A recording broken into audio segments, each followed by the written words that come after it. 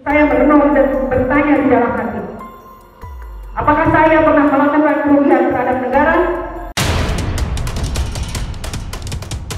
Saya hanya berpesan dan mengingatkan kepada Mahendra Dito agar menjadi seorang laki-laki sejati. Bahwa saya sampaikan juga eksepsi ini dikhususkan untuk ketiga anak saya.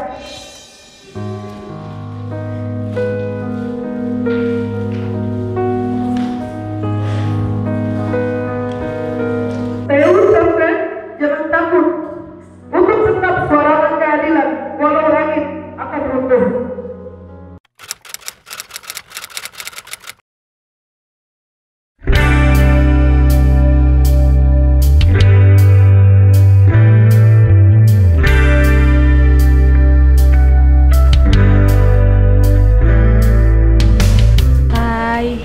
Crazy Nick Miril udah gak bersemangat, jadi kita sekarang mau sidang kedua Kaniki. Kita tunggu karena semuanya udah pada hadir, Kak Fitri dan yang lainnya buat support. Ada Mail juga, jadi kita buruan ikutin, oke?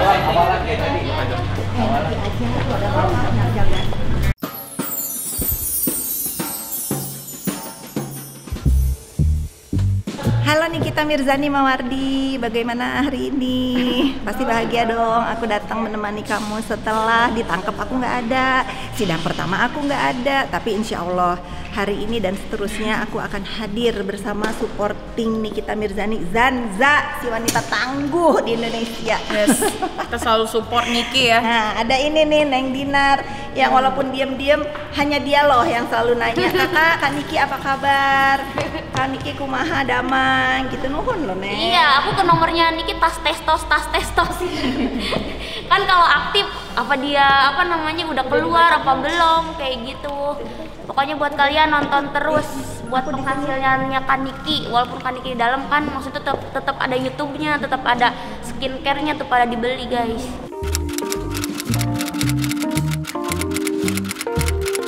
Semoga cepet kumpul sama anak-anak dan bergabung lagi bersama family dan semuanya. Aku harapan Kaniki terus sehat, terus Kaniki cepet tampil lagi, cepet bikin YouTube lagi, biar pokoknya kita semua kangen banget sama Kaniki. Cepet pulang, kita udah kangen. Pokoknya kalau aku support yang terbaik, aku selalu doain yang terbaik meskipun tak terlihat atau jarang muncul.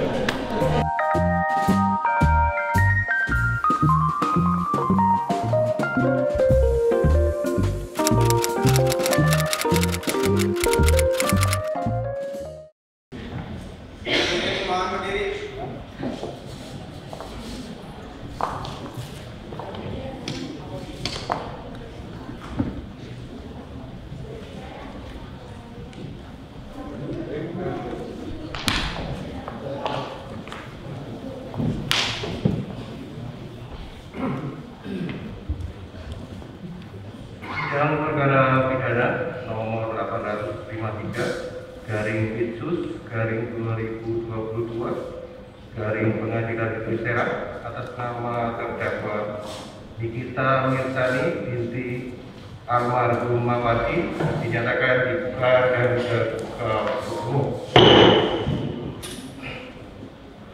Terdakwa dalam keadaan sehat ya, bisa melanjutkan dan mengikuti persidangan hari ini?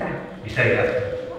Sebelum kita lanjutkan, terlebih dulu majelis hakim beritahukan kepada para pihak, baik terdakwa, penasihat hukum maupun penuntut umum ya, persidangan yang sedianya kita jadwalkan tanggal 28 November 2022 setelah majelis hakim bermusyawarah, maka persidangan dimajukan pada hari ini. Ya, ini sebagai bentuk komitmen majelis hakim terhadap pelaksanaan asas peradilan cepat, sederhana, dan biaya murah. Ya, kami berharap juga kepada para pihak juga mempunyai komitmen yang sama ya terhadap persidangan ini, sehingga nantinya jadwal-jadwal yang telah ditetapkan oleh majelis hakim melalui kode kalender, mohon bisa untuk ditaati bersama. Demikian ya penjelasan dari majelis hakim. Saya kira bisa semua.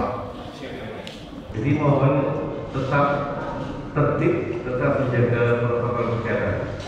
Baik, kita lanjutkan sesuai dengan agenda sidang pada hari ini adalah mendengarkan pembacaan eksepsi atau keberatan dari penasihat hukum terdakwa. Tetapi sebelum itu ya, terhadap kekurangan administrasi ya pada sidang yang lalu masih ada 3 orang penasihat hukum yang belum menyerahkan ijazah sumpah dan KTA ya, atas nama Ilham Salim Esarifra, Reza Medindra, Ahmad Zaki Ramdhani, dan Ibnu Hatiman. Ya, makasih yang mulia. Sebelum saya menyerahkan tambahan, izinkan saya dan mohon maaf, ini mendadak ada tambahan kuasa seorang ibu yang kebetulan sahabatnya kita, advokat. Saya serahin dulu tambahannya yang mulia, mohon maaf. Surat kuasa baru ya, tambahan ya, bagian yang baik sudah dikatakan. Oh iya. Silakan berita acara supaya nanti dan KTA-nya.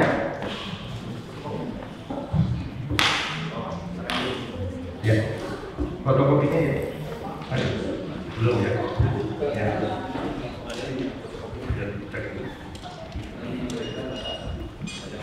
Baik, kepada penasihat hukum untuk surat kuasa yang baru nanti tolong didaftarkan juga ya. Oh baru tadi ya, baru hari ini ya. Baik, jadi yang untuk hari ini saja, yang kemarin kekurangannya. Usman Eza yang mana? Usman ada sudah. Oh itu ya. Dulu kamu tadi ya. Dulu.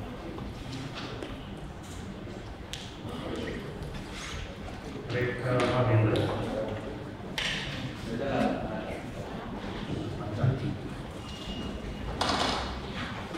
Ahmad Zaki, Reka Mahendra ada? Reka Mahendra.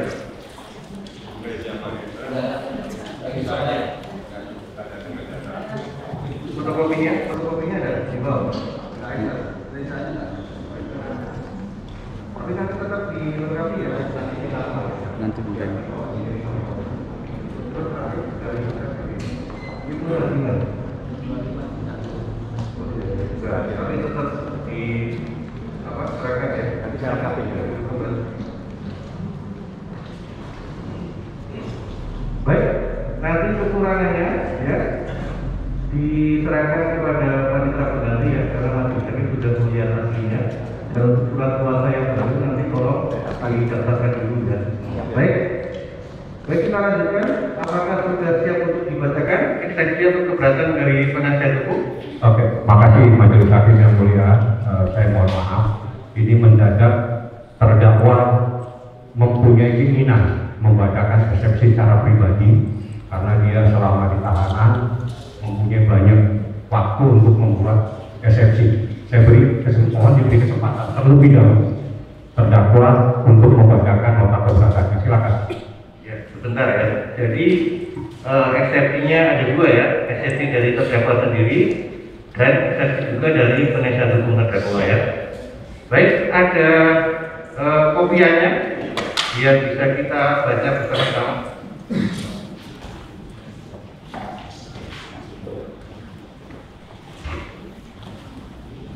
Silakan terdakwa, sudah siap untuk dibacakan eksepsinya? Silakan.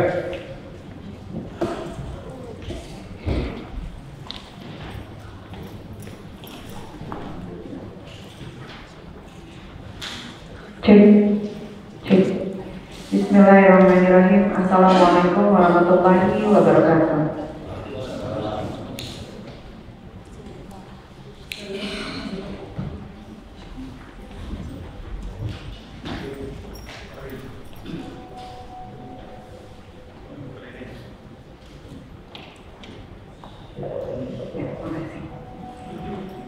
Majelis Hakim yang mulia, sebelum saya menyampaikan eksepsi nota keberatan dakwaan jaksa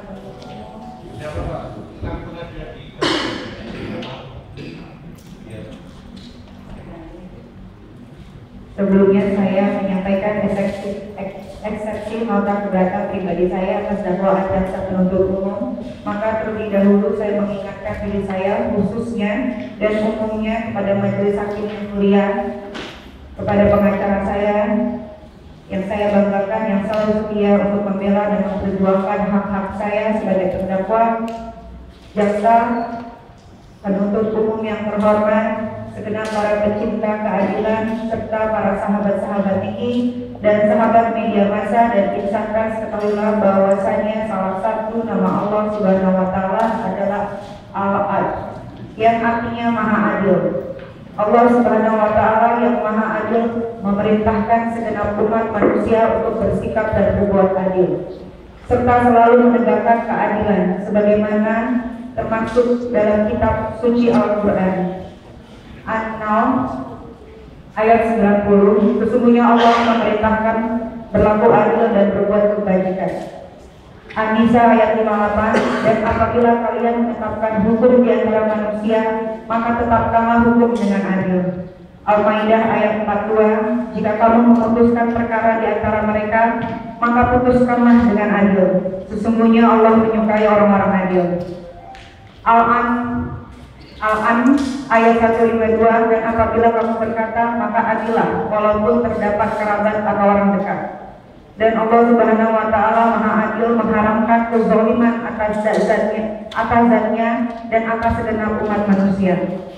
Allah Subhanahu wa Ta'ala yang Maha Adil berfirman dalam hadis, wahai para hambaku, sesungguhnya aku haramkan kezaliman atas diriku, dan aku menjadikannya sebagai sesuatu yang haram di antara kalian. Karenanya janganlah kalian saling menzalimi. Lalu Rasulullah menegaskan dalam hadisnya, jauhilah oleh kamu sekalian kezaliman, karena kezaliman itu merupakan aneka kegelapan dari hari kiamat.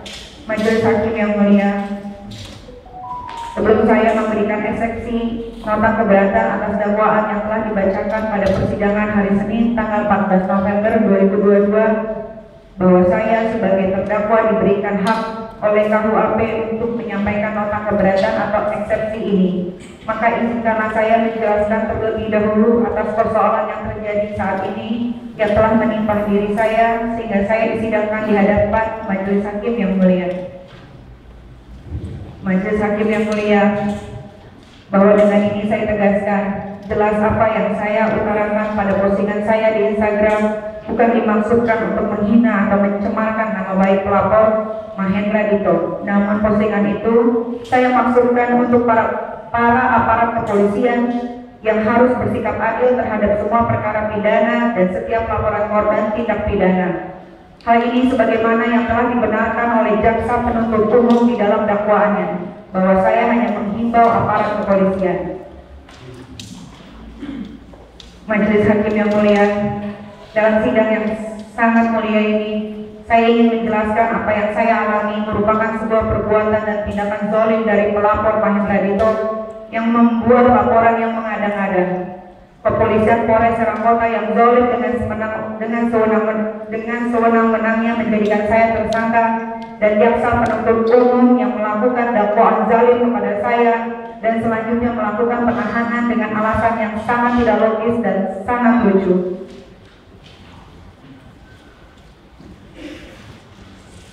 Saya ditahan karena telah mengakibatkan kerugian sebesar 17.500.000 terhadap Mahendra Dito. Mungkin jaksa penuntut umum baru bangun tidur sehingga tidak bisa menghitung suatu kerugian yang nyata dan logis, serta tidak bisa membedakan kerugian yang diciptakan dan kerugian yang sesungguhnya. Bahkan semakin lucu tak kala jaksa penuntut umum dalam uraian dakwaan justru membenarkan saya tidak melakukan pencemaran nama baik, namun tetap disidangkan karena kebingungan untuk menghitung dan kebingungan untuk menguraikan adanya perbuatan pidana kepada saya.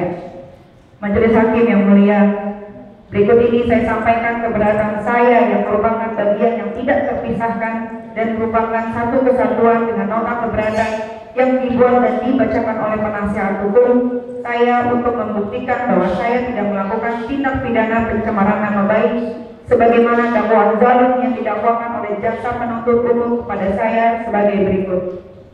Dakwaan ke-1, bahwa perbuatan terdakwa sebagaimana diatur dan diancam pidana dalam pasal 36 junto pasal 27 ayat 3 junto pasal 51 ayat 2 Undang-Undang Republik Indonesia nomor 19 tahun 2016 tentang perubahan atas Undang-Undang nomor 11 tahun 2008 tentang informasi dan transaksi elektronik.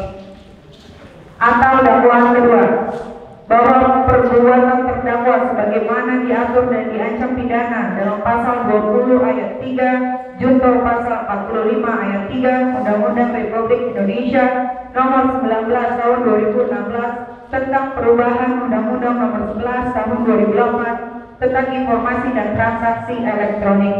Atau dakwaan ketiga, bahwa perbuatan terdakwa sebagaimana diatur dan diancam pidana dalam pasal 311 KUHP. Kronologis kezaliman yang saya alami dari penegak hukum baik penyidik maupun jaksa penuntut umum. Majelis Hakim yang mulia, sebagai seorang wanita yang bukan berlatar belakang pendidikan formal di bidang hukum, izinkan saya menyampaikan keberatan pribadi untuk mendapatkan keadilan atas tindakan zalim yang saya alami berdasarkan fakta. Dengan ini saya mengetuk hati nurani dari Majelis Hakim yang mulia. Majelis Hakim yang mulia, kriminalisasi terhadap diri saya dimulai sebagai berikut. Pada tanggal 15 Juni 2022 pukul 3 waktu Indonesia bagian Barat pagi dini hari datang ke rumah saya sekitar 12 anggota kepolisian Polres Serang Kota ingin menangkap saya dengan memasang maksud ke dalam rumah saya. Kemudian anggota kepolisian Polres Serang Kota tersebut berteriak-teriak dengan kata-kata yang tidak pantas diucapkan oleh anggota kepolisian. Lebih lanjut, anggota kepolisian Polres Serang Kota tersebut melakukan tindakan zalim dengan sewenang-wenang dan tidak profesional, yaitu mencekik asisten rumah tangga saya yang di depan pintu masuk. Selanjutnya sampai tiba jam 7 pagi adalah jadwal anak saya bernama Aska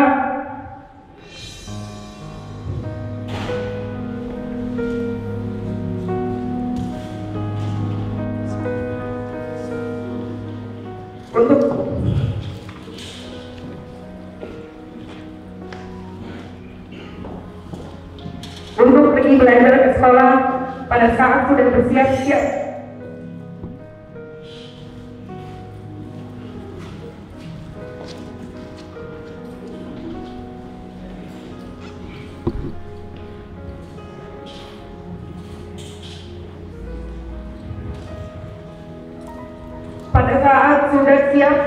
siap untuk berangkat, anak saya Aska melihat banyak sekali anggota kepolisian dari Polres Serang Kota berada di parkiran mobil dalam rumah saya, sehingga menyebabkan anak saya ketakutan dan tidak jadi pergi ke sekolah. Tidak hanya sampai di situ, anggota kepolisian dari Polres Serang Kota tetap mengepung rumah saya sampai dengan pukul 11 siang, yang membuat saya serta semua orang yang berada di dalam rumah merasa tertekan, terancam dan terintimidasi atas tindakan zalim dan sewenang-wenang, karena akan menjadikan diri saya sebagai seorang teroris yang telah buron sejak lama. Masih pada tanggal yang sama, Kabid Humas Polda Banten Kombes Pol Sinto Silitonga membenarkan kabar adanya anggota Polres Serang Kota melakukan pengepungan pukul 3 dini hari sampai dengan jam 11 siang di rumah saya dan berupaya untuk melakukan penjemputan paksa terhadap saya.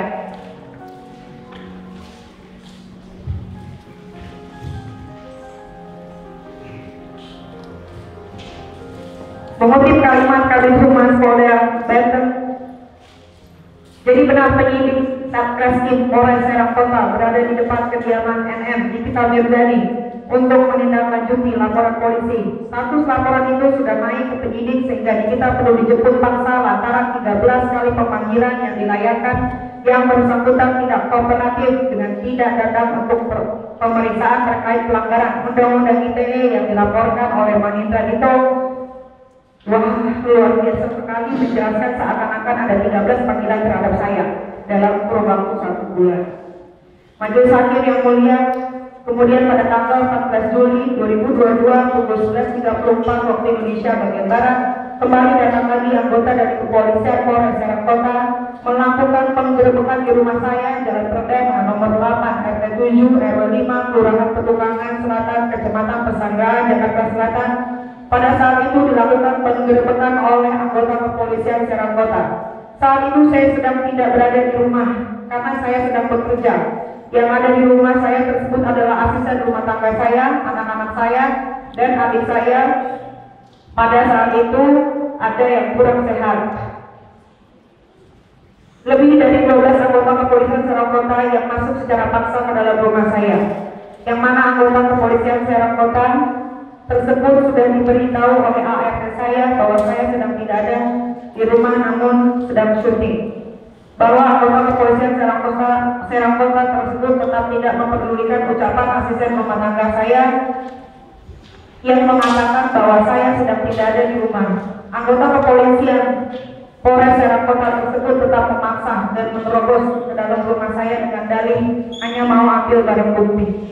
Karena adanya tekanan, paksaan, dan tindakan sewenang-wenang dengan mencekik juga melakukan pengerusakan jendela yang dilakukan oleh anggota Kepolisian Serang Kota, maka orang yang berada di dalam rumah saya merasa terintimidasi dan sangat tertekan sehingga anggota kepolisian dari Polres Serang Kota akhirnya mereka masuk dan langsung menuju ke lantai atas di mana anak-anak saya sedang menonton TV di dalam kamar dan sedang main iPad.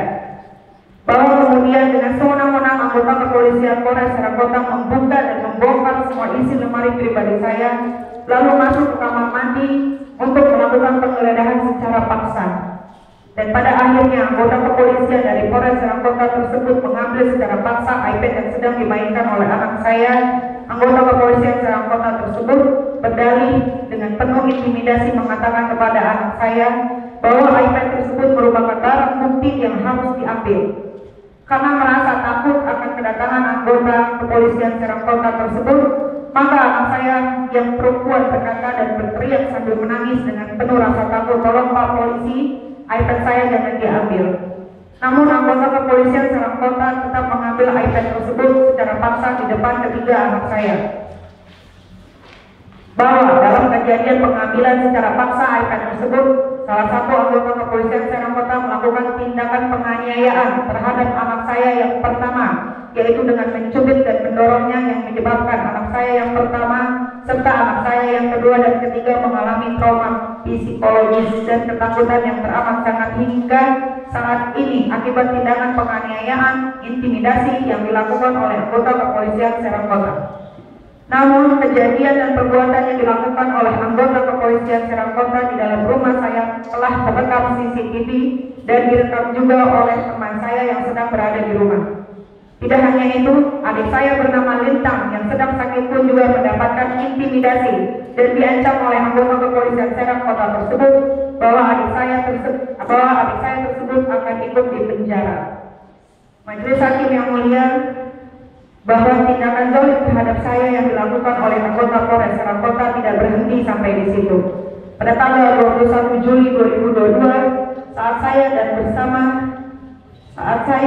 anak saya berada di depan parkir Vale Senayan City, saya dipaksa masuk dalam mobil Toyota Kijang yang dibawa ke Polres Serang Kota.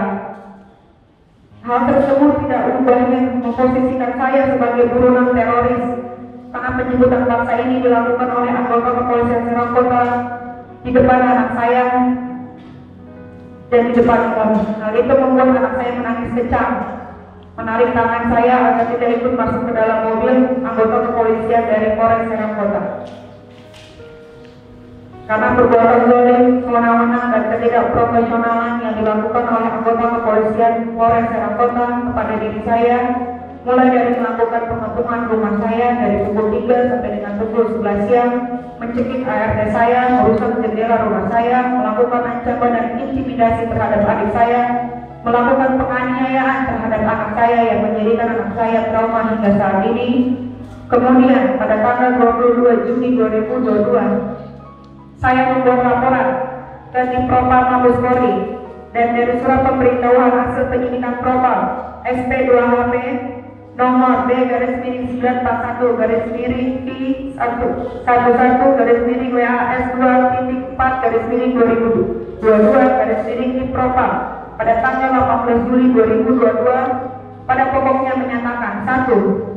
Telah ditemukan cukup bukti bahwa penyidik Satreskrim Polres Serang Kota pada Polda Banten yang menangani laporan polisi LP-222-SPKT-IC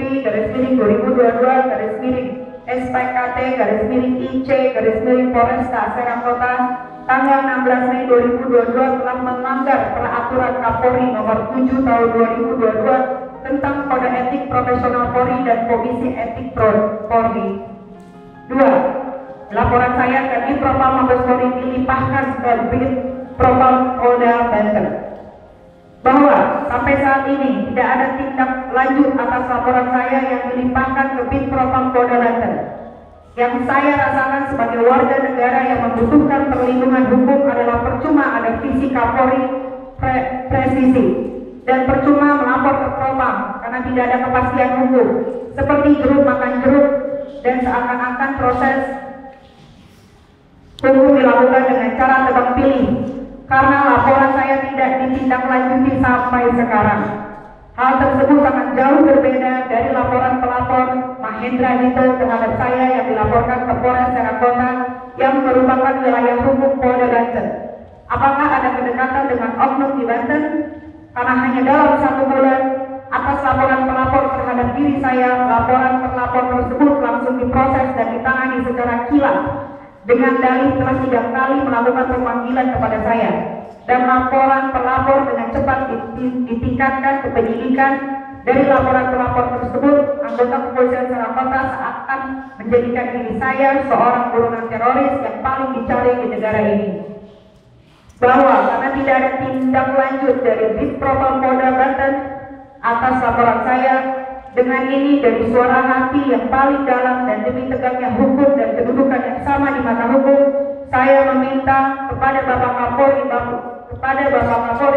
Bapak Irwasrum, Bapak Kadifropam Polri agar menarik laporan saya ke Mabes Polri dan memproses laporan saya yang saat ini tidak ditangani oleh Divpropam Polda Banten.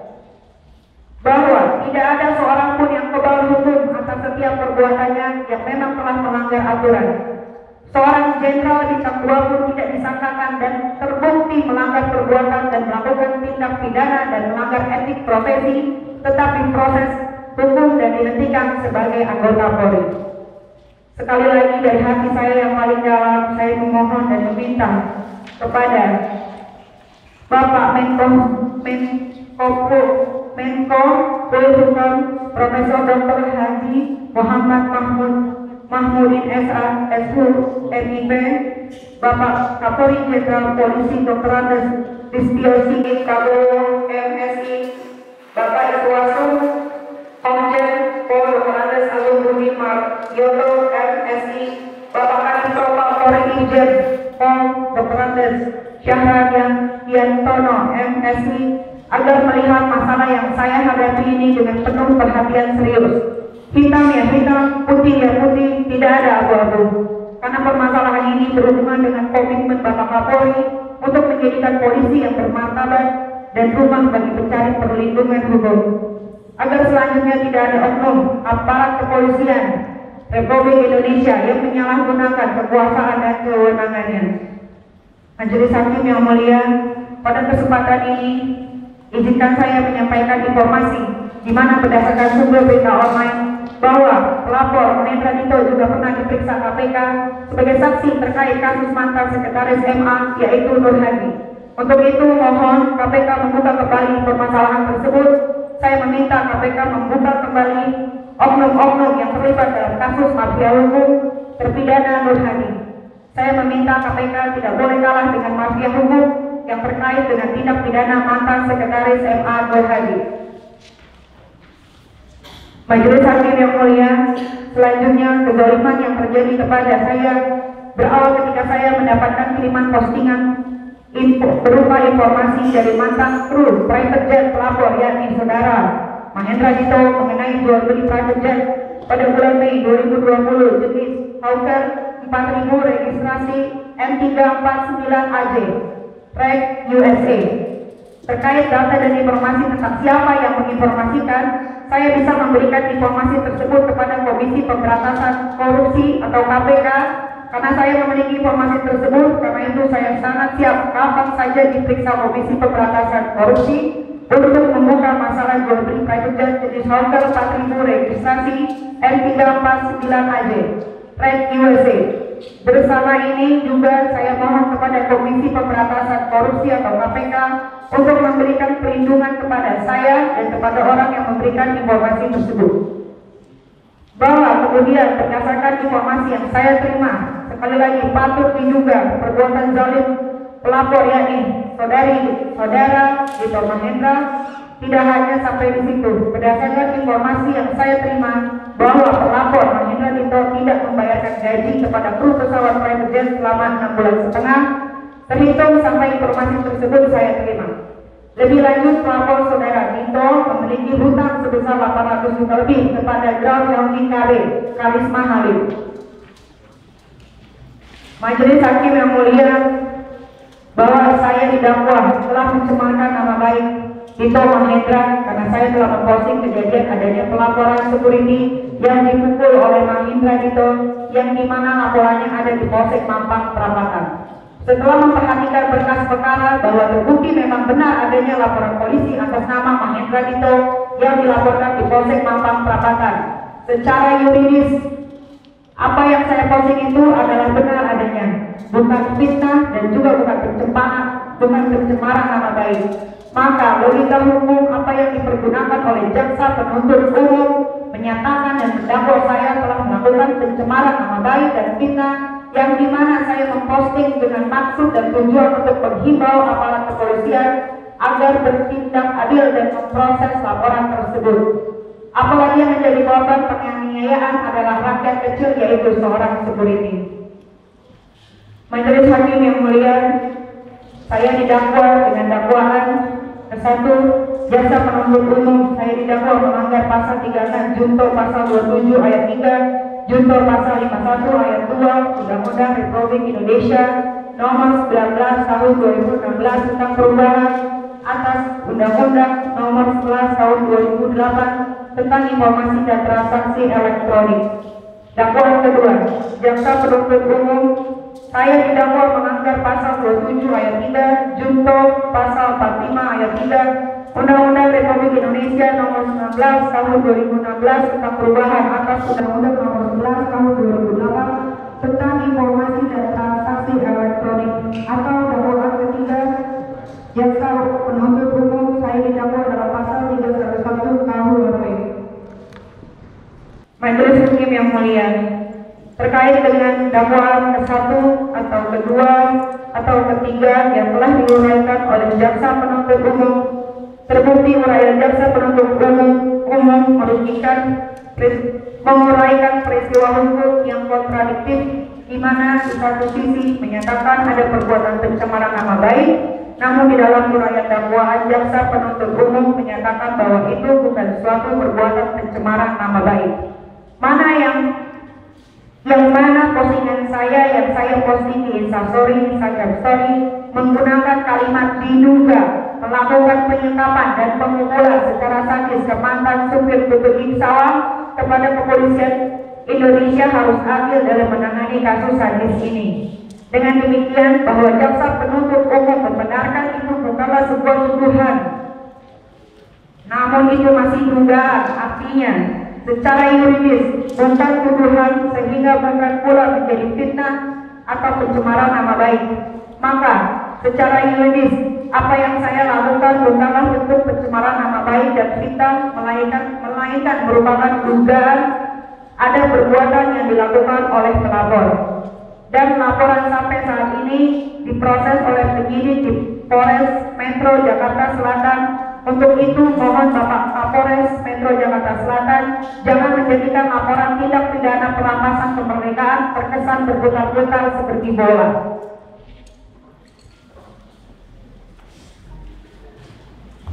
Majelis Hakim yang mulia, Selanjutnya terbukti uraian jaksa penuntut umum bahwa postingan tersebut bukan berasal dari saya pribadi, artinya tidak ada perbuatan yang dilakukan dan berita tersebut saya dapatkan berasal dari sumber media online atau media massa atau melalui pers diantaranya kapamagi.com, kompas.com, insert.com, komparan.com dan lain sebagainya. Maka terbukti uraian tersebut adalah uraian yang bertolak belakang, di mana di satu sisi saya didakwa telah melakukan pencemaran nama baik, namun di sisi lain jaksa penuntut umum menyatakan bahwa bukan saya yang melakukan pencemaran nama baik, yang mana berita tersebut berasal dari media sosial. Maka secara yuridis dakwaan yang kontradiktif atau dakwaan tidak jelas, kabur, absurd libel, uraiannya dinyatakan batal demi hukum atau dinyatakan tidak dapat diterima selanjutnya karena secara yuridis terkait dengan berita melalui media online atau media massa atau pers, maka menjadi kewenangan absolut Dewan Pers yang harus terlebih dahulu memutuskan benar atau tidaknya berita yang berasal dari media online tersebut. Maka dengan demikian secara yuridis Pengadilan Negeri Serang tidak berwenang secara absolut dan yang berwenang adalah Dewan Pers. Majelis Hakim yang mulia, selanjutnya saya menanggapi tentang uraian dakwaan terkait kerugian yang ditimbulkan menjadi kerugian yang tidak logis dan sangat mengherankan. Bagaimana mungkin seorang penegak hukum seperti jaksa penuntut umum mampu menciptakan kerugian 17.500.000 agar saya dapat ditahan. Untuk itu, saya ingatkan untuk jaksa penuntut umum bahwa kekuasaan Anda sebagai jaksa penuntut umum tidak kekal dan tidak abadi, dan nantinya Anda akan dimintai pertanggungjawaban atas perbuatan yang zalim kepada saya, seorang ibu dengan 3 anak kecil. Maka saya tegaskan suatu saat kelak kita akan bertemu di pengadilan akhirat nanti.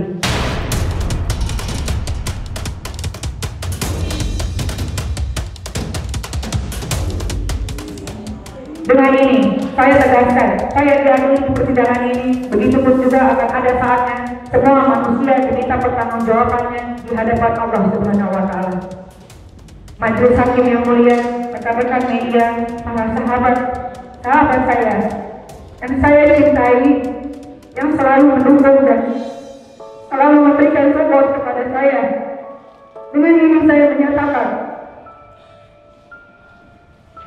bahwa saya tidak pantas ditahan atas kerugian yang tidak jelas yang menurut pelapor senilai 17.500.000, dan saya nyatakan di persidangan ini bahwa jaksa penuntut umum telah melakukan perbuatan zalim dengan membuat fitnah keji dalam surat dakwaan yang ditunjukkan kepada saya. Majelis Hakim yang mulia, hadirin yang saya cintai, kriminalisasi hukum seperti ini tidak boleh dibiarkan karena akan merusak tatanan hukum dan menghancurkan sendi-sendi keadilan. Kriminalisasi ini perbuatan zalim yang sewenang-wenang yang dilakukan oleh penyidik kepolisian pada Polres Serang Kota dan jaksa penuntut umum pada Kejaksaan Negeri Serang kepada saya merupakan kejahatan manusia yang wajib dihentikan.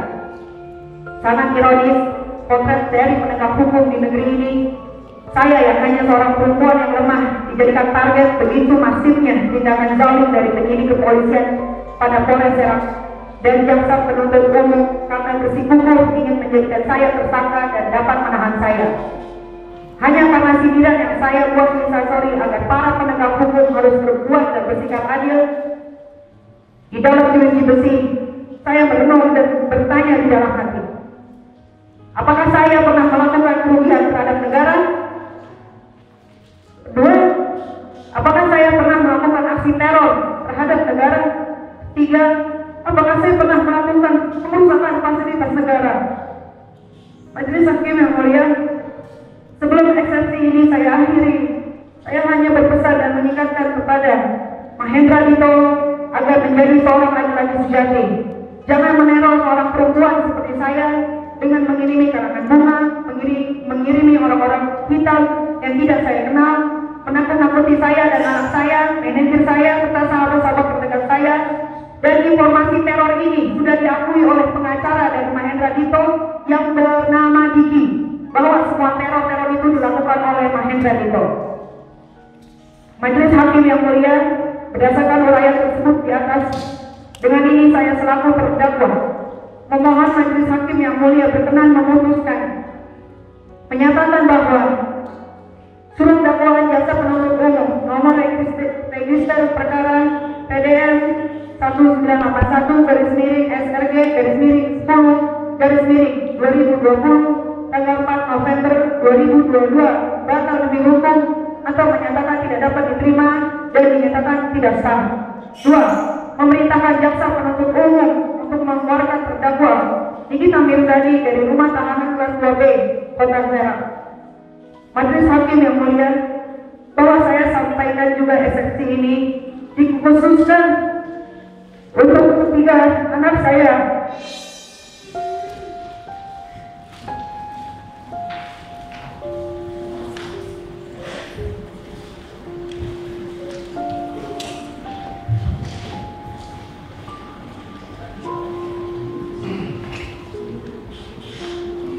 Yang bernama Laura Mezani Mawardi, Arkana Rakila Mawardi, dan Arka Mawardi.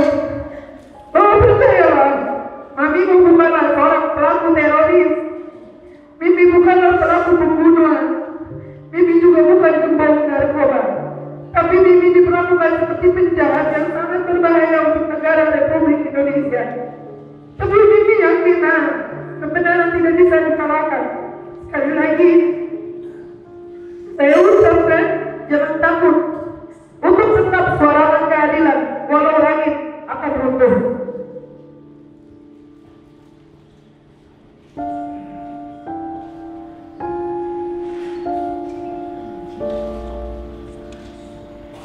Majelis Hakim yang mulia, akhirnya di penutup eksepsi pribadi ini, doa dan harapan saya, semoga Majelis Hakim yang mulia segera menghentikan kezaliman dan penzaliman terhadap saya.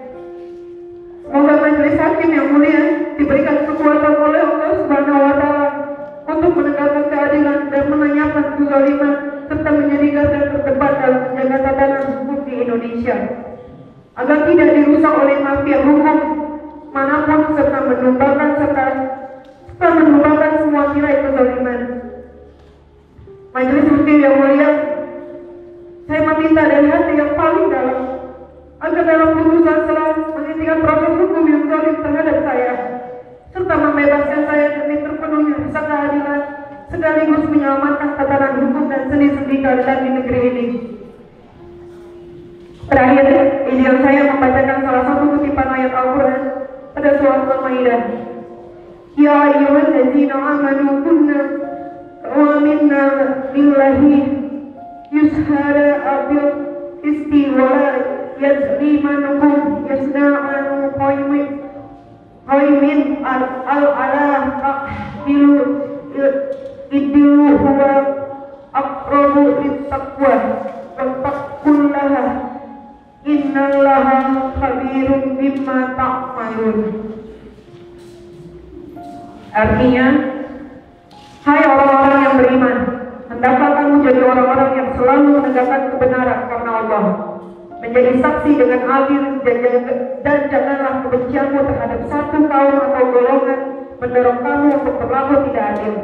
Berlakulah adil, karena keadilan itu lebih dekat kepada takwa, dan bertakwalah kepada Allah. Sesungguhnya Allah Maha mengetahui akan segala yang kamu kerjakan dan kamu lakukan. Serang 21 November 2020. Assalamualaikum warahmatullahi wabarakatuh. Baik, terima kasih terdakwa atas pembacaan dari saudara ya. Terkait eksepsi saudara ya, terkhusus untuk halaman 19 ya, coba kita buka sama-sama halaman 19.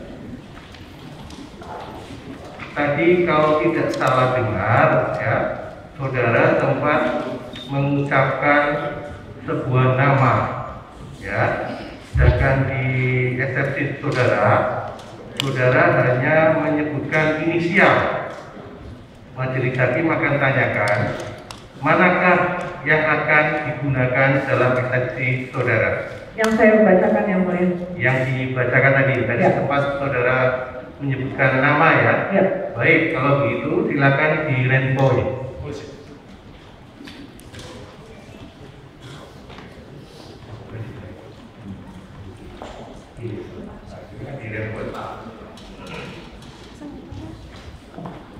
Di Renpoy terus diparap tanggal hari ini ya.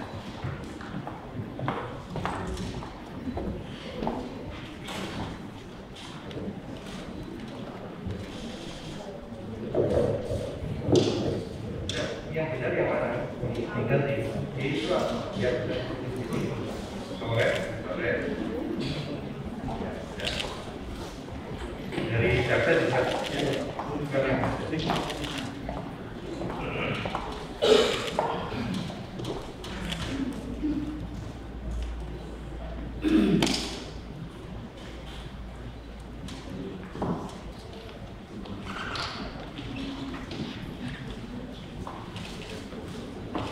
Saya rasa cukup ya, silakan penasihat hukum bisa kembali.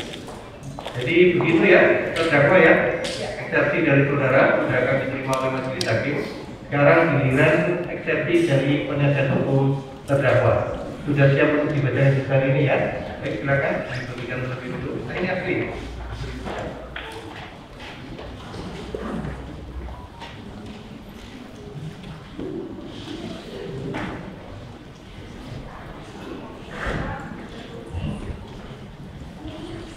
Baik, silakan dibacakan di depan persidangan. Terima kasih majelis hakim yang mulia.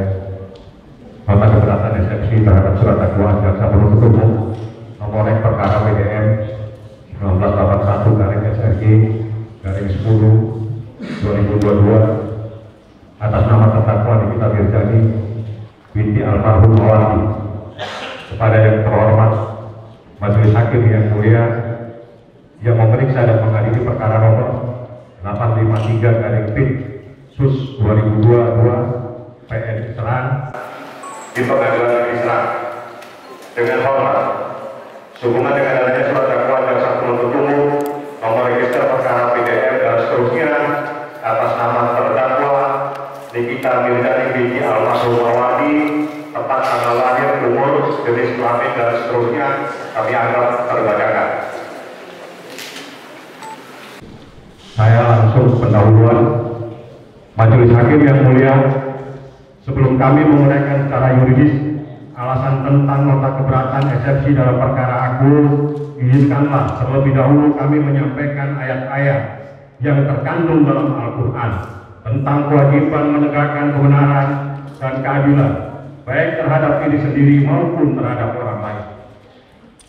Allah Subhanahu wa Ta'ala dalam Al-Quran dalam surat Al-An'am, Al-Maidah dan surat As-Sad 26 telah berfirman yang artinya sesungguhnya sholatku, hidup dan matiku hanya untuk Allah pencipta alam semesta.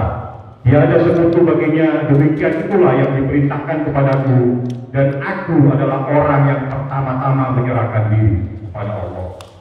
Hai orang-orang yang beriman, hendaklah kamu jadi orang-orang yang selalu menegakkan kebenaran karena Allah menjadi saksi dengan adil, dan janganlah kebencianmu terhadap satu kaum atau golongan mendorong kamu untuk berlaku tidak adil.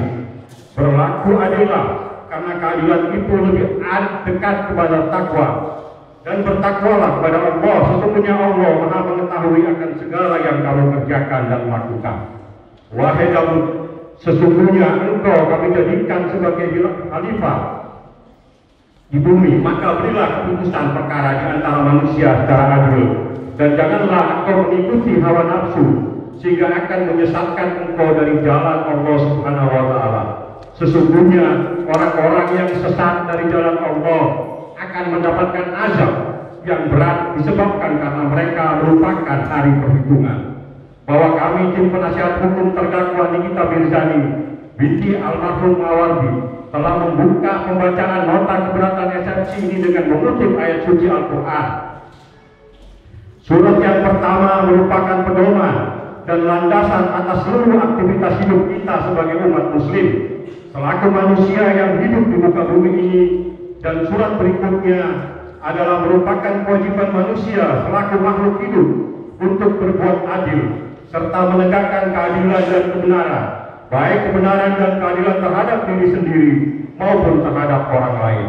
Bahwa kalimat yang terdapat dalam surat suci Al-Quran, sebagaimana tim penasihat hukum terdakwa kutip di atas, diharapkan agar terdakwa bisa menghadapi cobaan ini dengan tenang dan tabah, serta dengan harapan agar majelis hakim yang mulia bisa melihat permasalahan hukum ini secara adil, arif dan penuh dengan kecermatan serta ketelitian, karena nasib dan masa depan terdakwa Nikita Mirzani binti almarhum Mawardi dipertaruhkan dalam persidangan yang sakral ini.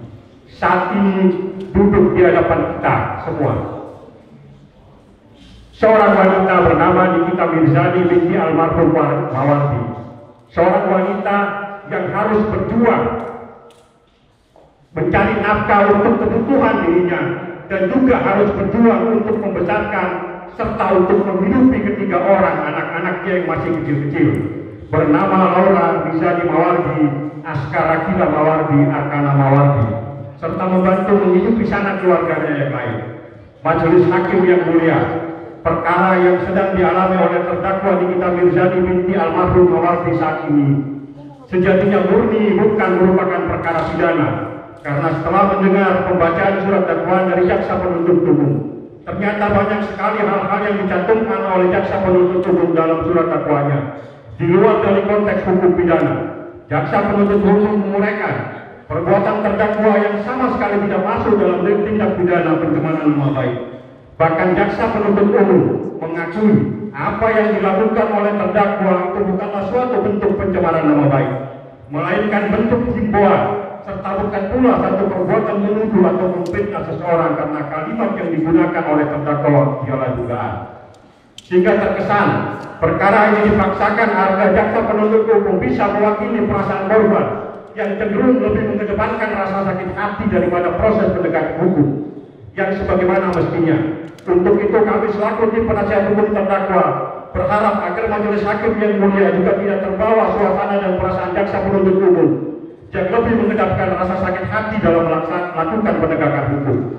Maka setelah kami tim penasihat hukum terdakwa Nikita Mirzani binti almarhum Mawardi mempelajari secara seksama surat dakwaan jaksa penuntut umum, nomor register perkara dan seterusnya yang dibacakan oleh jaksa penuntut umum dalam persidangan Pengadilan Negeri Serang pada hari Senin tanggal 14 November 2022, maka izinkanlah kami selaku penasihat hukum terdakwa menyampaikan nota keberatan eksepsi atas surat dakwaan penuntut umum bahwa surat dakwaan dalam perkara pidana merupakan pedoman dasar bagi putusan hakim.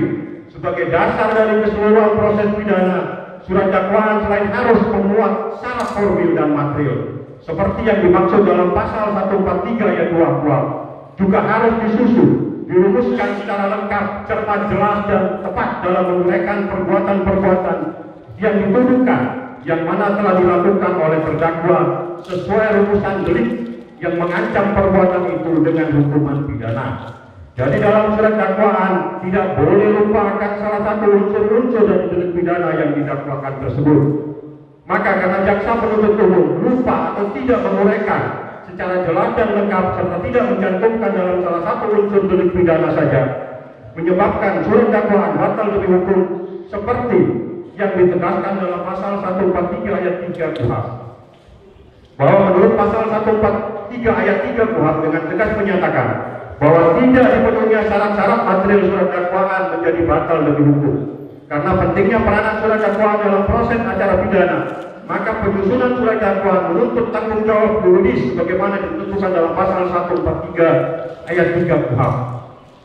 Karena adanya dakwaan tersebut, nasib seseorang dipertaruhkan di muka persidangan sehubungan ada perbuatan yang dianggap telah melanggar satu ketentuan hukum pidana.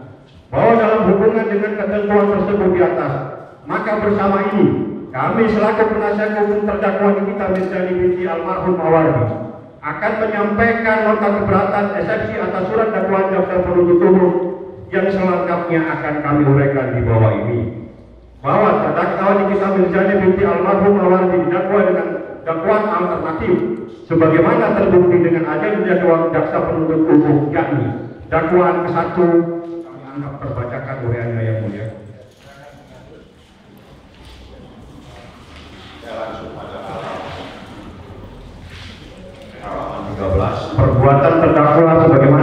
diatur dan diancam pidana dalam pasal 36 junto, pasal 27 ayat 3 junto, pasal 51 ayat 3 Undang-Undang Republik Indonesia nomor 19 tahun 2016 tentang perubahan atas Undang-Undang nomor 11 tahun 2008 tentang informasi dan transaksi elektronik, atau kedua, kami anggap terbacakan uraiannya.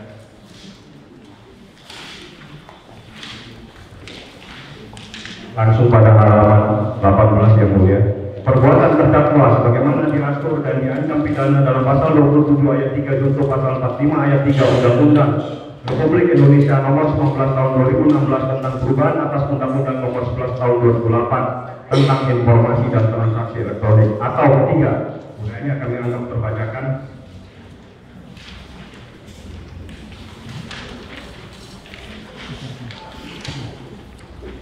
Langsung pada halaman 24, perbuatan terdakwa sebagaimana diatur dan diancam pidana dalam pasal 311 KUHP.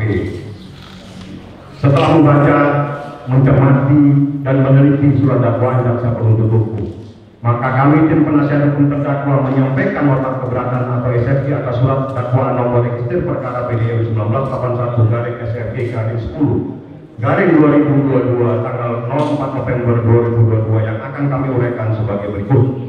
Eksepsi atau nota keberatan. Eksepsi keberatan pertama, Pengadilan Negeri Serang tidak berwenang secara absolut atau kompetensi kewenangan absolut dalam memeriksa, mengadili, dan memutus perkara aku. Yang berwenang adalah Dewan Pers sesuai dengan Undang-Undang Nomor 40 Tahun 1919 tentang Pers. Majelis Hakim yang mulia, bahwa dalam membuat dan menyusun surat dakwaan, setiap jaksa penuntut umum dituntut untuk lebih cermat, sehingga dengan kecermatan jaksa penuntut umum tersebutlah hal-hal yang bersifat formil dalam satu surat dakwaan tidak diabaikan dan atau tidak dikesampingkan. Bahwa secara yuridis, Pengadilan Negeri Serang tidak berwenang secara absolut untuk memeriksa, mengadili, dan memutus perkara ini karena sebagaimana dalil jaksa penuntut umum dalam surat dakwaannya yang telah mengakui bahwa perbuatan terdakwa Nikita Mirzani binti almarhum Mawardi mengambil foto saksi Mahendra Dito dari kutipan berita-berita online diantaranya kapanlagi.com, kompas.com, insight.com, kumparan.com, baik surat dakwaan halaman 6. Bahwa selanjutnya, pengakuan jaksa penuntut umum dalam surat dakwaannya juga mengatakan yang menjadi objek timbulnya permasalahan dalam perkara aku adalah adanya hasil screenshot atau capture berupa postingan Instagram story di akun Nikita Mirzani Mawardi _172 dengan mengambil foto saksi Mahendra Dito dari kutipan berita-berita online diantaranya kapanlagi.com, kompas.com, insight.com, kumparan.com. Bahwa berdasarkan pengakuan jaksa penuntut umum sebagaimana terbukti dalam surat dakwaan yang baik halaman 2, 4, dan halaman 6, maka secara yuridis perkara ini harus diputus terlebih dahulu oleh Dewan Pers sesuai dengan ketentuan Undang-Undang Nomor 40 Tahun 1999 tentang Pers. Sebab jika perbuatan terdakwa yang mengambil foto saksi Mahendra Dito dari kutipan berita-berita online diantaranya kapanlagi.com, kompas.com, insight.com, kumparan.com, yang kemudian ditambahkan dengan kalimat-kalimat yang mengandung himbauan dikatakan sebagai suatu perbuatan pencemaran nama baik, maka menurut hukum haruslah diperiksa, diadili, dan diputus terlebih dahulu oleh Dewan Pers untuk menyatakan apakah hal tersebut adalah suatu pelanggaran terhadap Undang-Undang Informasi dan Transaksi Elektronik atau Undang-Undang ITE. Bahwa kutipan berita-berita online kapanlagi.com, kompas.com, insight.com, kumparan.com yang diambil oleh terdakwa merupakan bagian dari karya jurnalistik dari wartawan. Hal sesuai ketentuan pasal 1 surat edaran tentang tugas fungsi Dewan Pers berdasarkan Undang-Undang Nomor 40 Tahun 1999 tentang Pers yang menyebutkan kegiatan karya jurnalistik meliputi mencari, memperoleh, memiliki, menyimpan, mengelola, menyampaikan informasi baik dalam bentuk tulisan, suara, gambar, data, grafik maupun dalam bentuk lainnya dengan menggunakan media cetak, elektronik, atau dengan menggunakan sarana yang tersedia. Bahwa foto dan gambar korban Mahendra Dito yang diambil terdakwa dari kutipan berita-berita online kapanlagi.com, kompas.com, insight.com, kumparan.com kemudian ditambahkan dengan kalimat-kalimat yang mengandung kata-kata himbauan belum pernah diperiksa, diadili, dan diputus oleh Dewan Pers.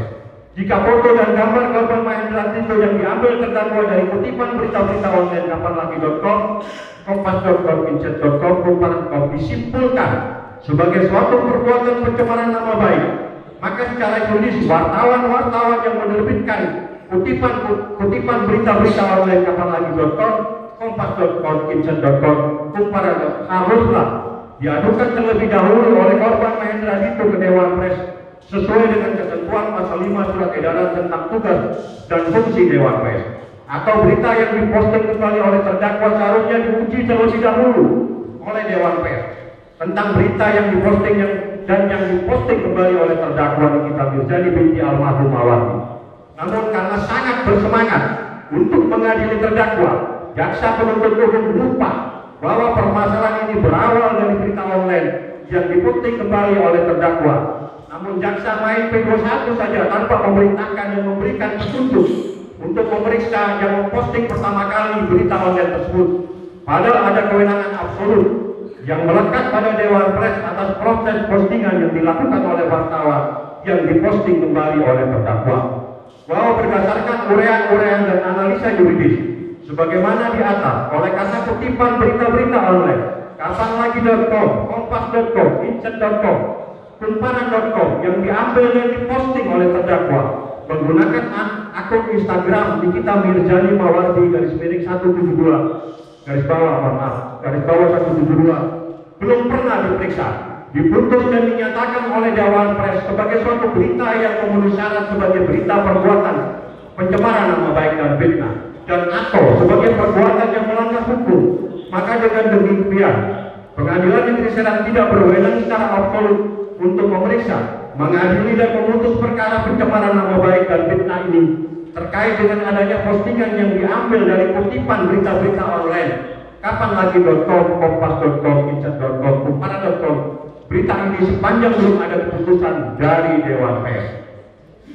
Bahwa selanjutnya sesuai dengan Undang-Undang Pers, apabila keberatan atas adanya berita yang diposting oleh wartawan baik melalui media online, maka yang merasa keberatan harus terlebih dahulu menggunakan hak jawabnya untuk membantah adanya berita yang diposting tersebut.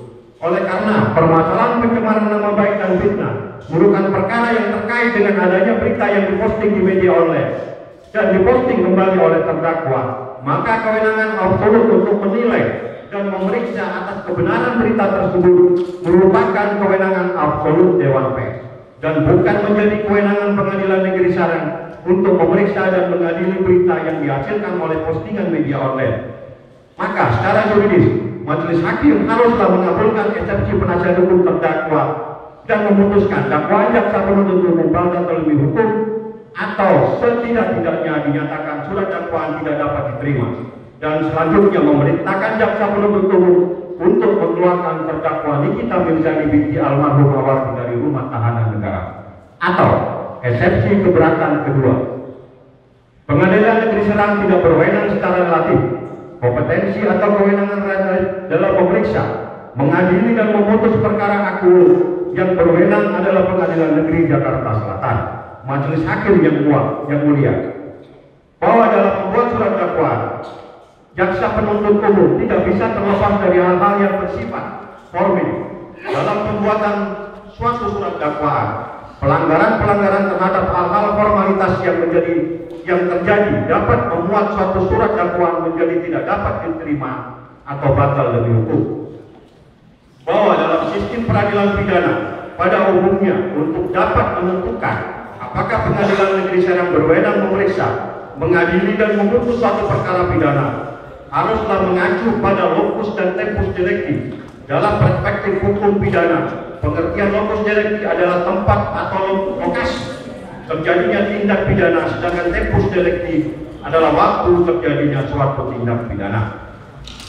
Bahwa dalam sebuah karya tulis ilmiah yang ditulis oleh Martini Puji Astuti pada tahun 2013 dalam jurnal hukumnya pada halaman 9 yang berjudul Penentuan Tempus dan Lokus Delicti Suatu Tindak Pidana Cybercrime terhadap pelanggaran Undang-Undang Informasi dan Transaksi Elektronik atau Undang-Undang ITE, pada intinya memberikan penjelasan sebagai berikut.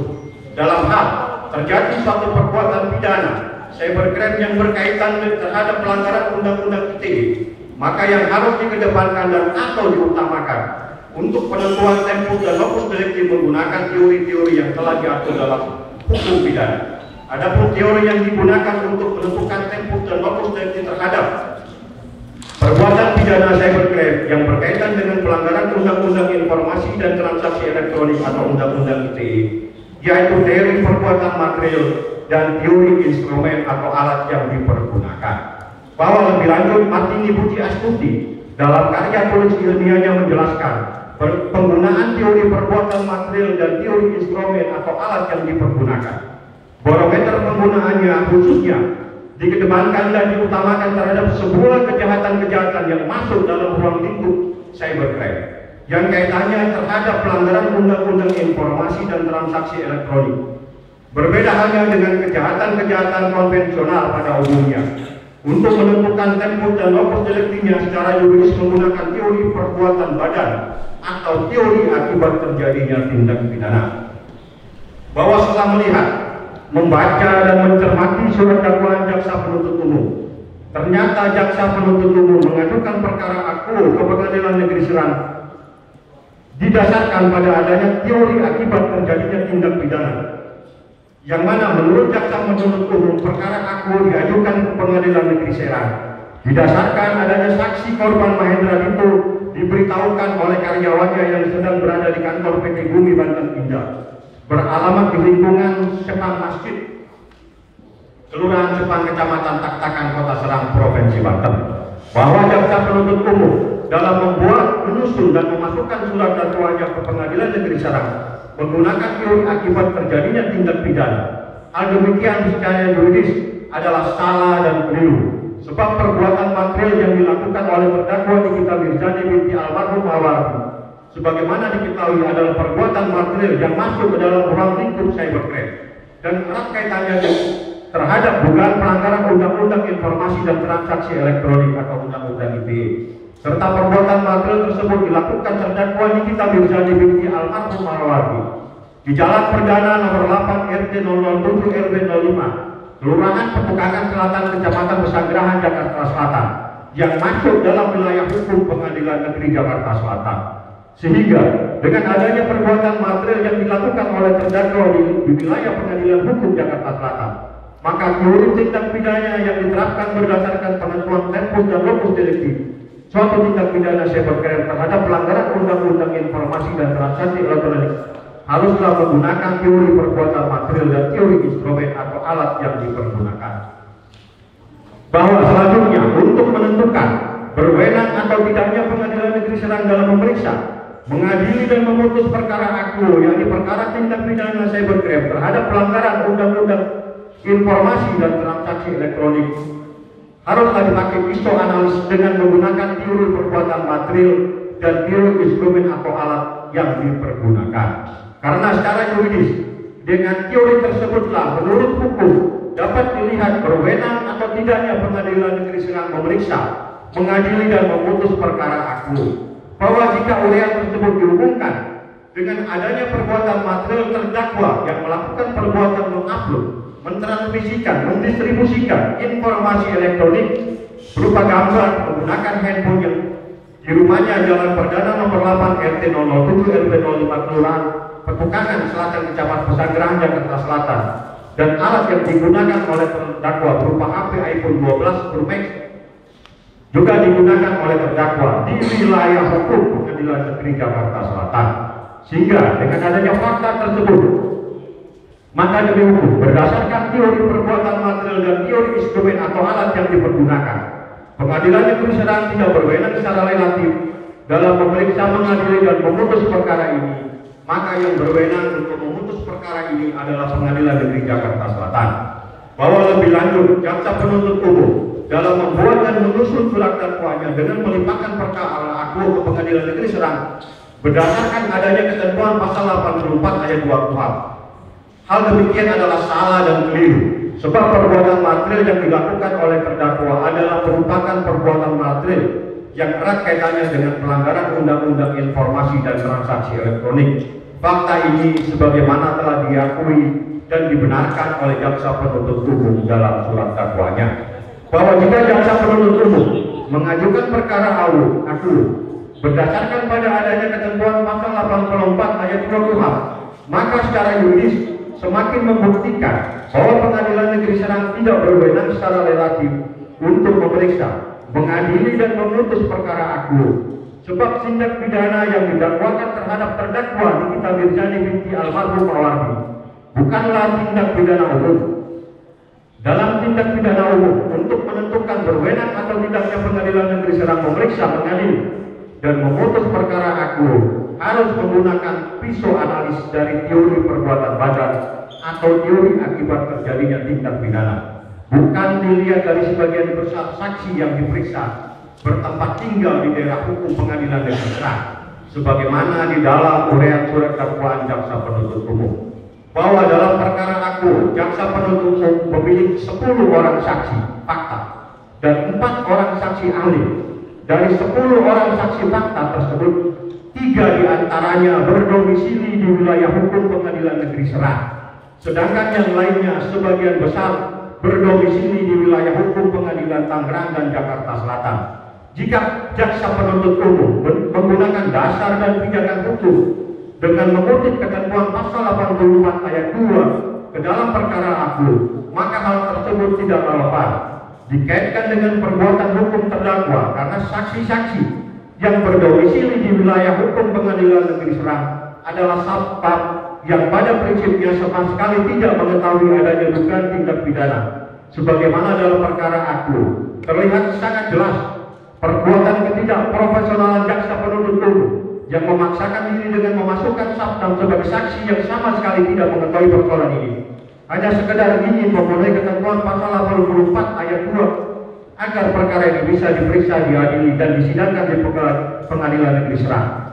Jika menghadirkan saksi yang diciptakan untuk bersaksi atas adanya postingan dari terdakwa, maka masyarakat yang mengikuti atau dalam bahasa media sosial adalah pengikut terdakwa, follower, maka lebih banyak yang berdomisili di Jakarta, bukan hanya 3 orang, bahkan bisa minimal 1 juta orang yang berdomisili di Jakarta, bahkan bisa lebih dari 1 juta orang. Seharusnya jaksa penuntut umum menggunakan logika hukum dan dapat memahami peristiwa hukum dalam dunia media elektronik tentang jumlah saksi dalam peristiwa pidana yang melanggar Undang-Undang ITE. Majelis Hakim yang mulia, jika karena jumlah saksi ada 3 orang terus secara yuridis dinyatakan oleh jaksa penuntut umum Pengadilan Negeri Serang yang berwenang, maka logika hukumnya apabila diciptakan jumlah saksi justru Pengadilan Negeri Serang tidak berwenang. Yang berwenang adalah Pengadilan Negeri di wilayah Jakarta Selatan. Jaksa penuntut umum sebelum memindahkan perkara ini terlebih dahulu dapat memahami dunia media sosial atau media elektronik, sehingga tidak perlu memanggil satpam yang berdomisili di wilayah Pengadilan Negeri Serang sekedar untuk diperiksa dan diciptakan menjadi saksi atas sebuah peristiwa pidana melanggar Undang-Undang ITE. Bahwa selanjutnya tindakan penyidik yang dibenarkan oleh jaksa penuntut umum yang memaksakan diri dengan memasukkan satpam sebagai saksi yang sama sekali tidak mengetahui permasalahan ini dan diciptakan sebagai saksi adalah bukti bahwa menurut hukum sejatinya Pengadilan Negeri Serang tidak berwenang secara relatif memeriksa, mengadili dan memutus perkara aku. Akan tetapi dipaksakan oleh jaksa penuntut umum sangat miris melihat penegakan hukum yang dilakukan oleh jaksa penuntut umum dengan memaksakan diri memasukkan satpam sebagai saksi dalam perkara aku hanya sekedar ingin memenuhi ketentuan pasal 84 ayat 2 agar perkara ini bisa diperiksa, diadili dan diputus oleh Pengadilan Negeri Serang.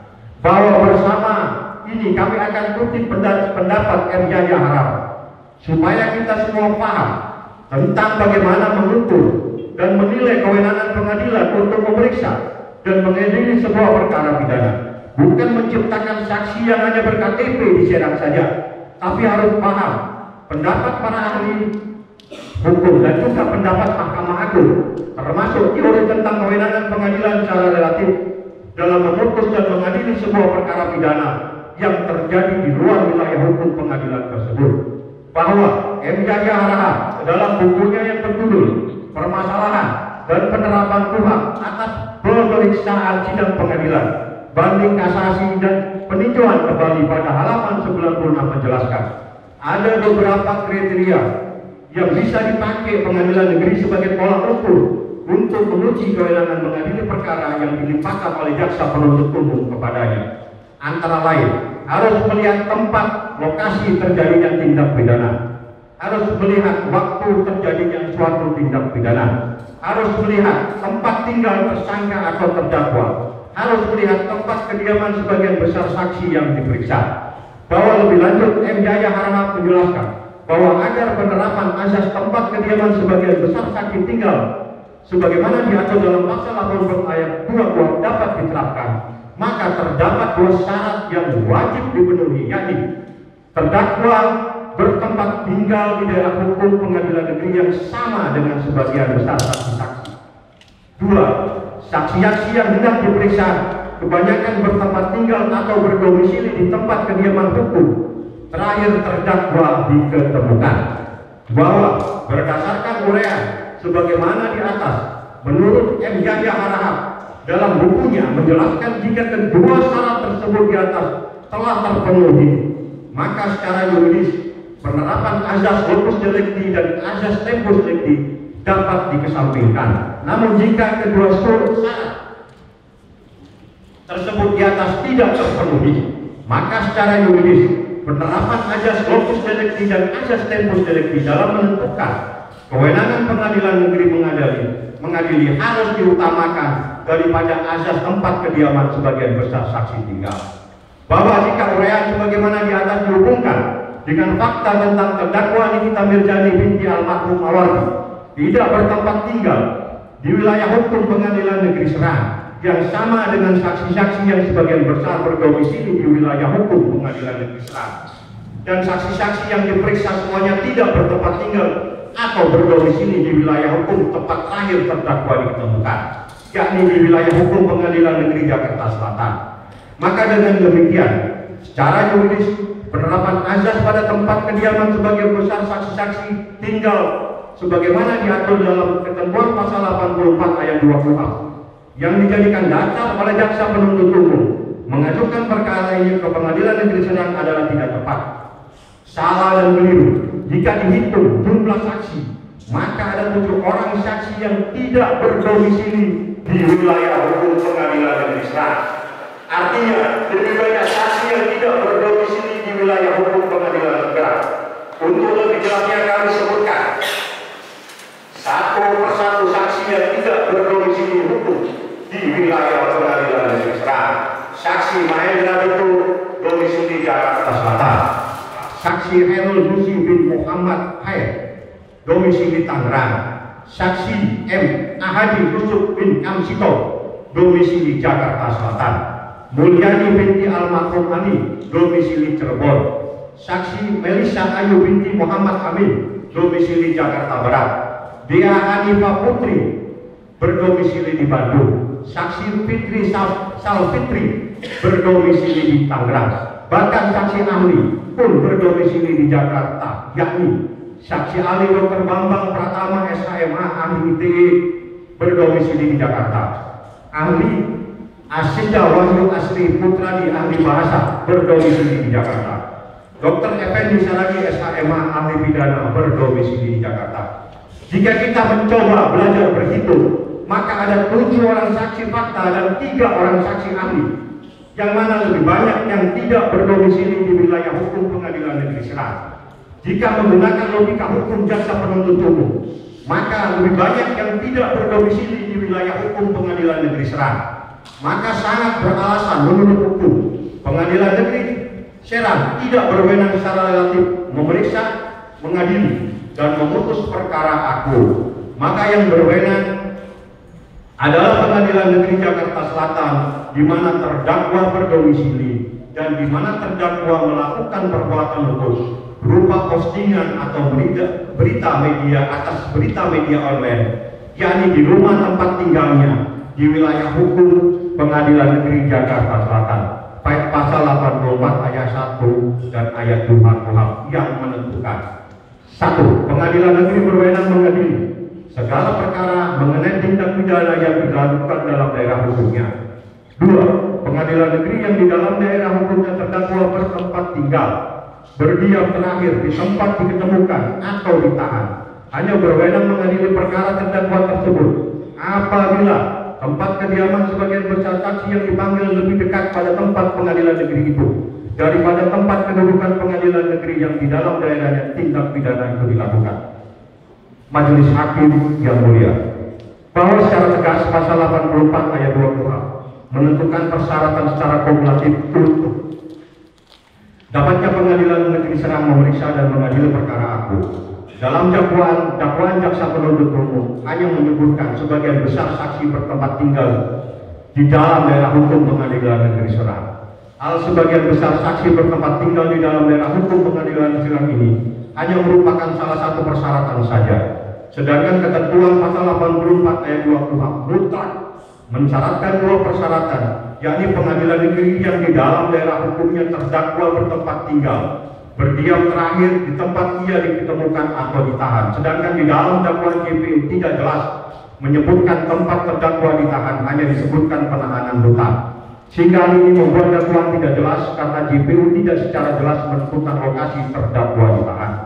Bahwa berdasarkan seluruh urea dan analisa yuridis di atas, oleh karena telah terbukti lebih banyak saksi, bahkan ada 7 orang saksi yang berdomisili di luar pengadilan negeri Serang, maka merujuk kepada pendapat M. Jaya Harahap sebagaimana di atas, maka dengan demikian sangat beralasan menurut hukum agar Majelis Hakim yang mulia menyatakan pengadilan negeri Serang tidak berwenang secara relatif untuk memeriksa, mengadili dan memutus perkara ini, dan secara juridis menyatakan bahwa yang berwenang adalah Pengadilan Negeri Jakarta Selatan, di mana terdakwa berdomisili dan melakukan postingan kembali atas berita dari media online. Mohon izin yang mulia.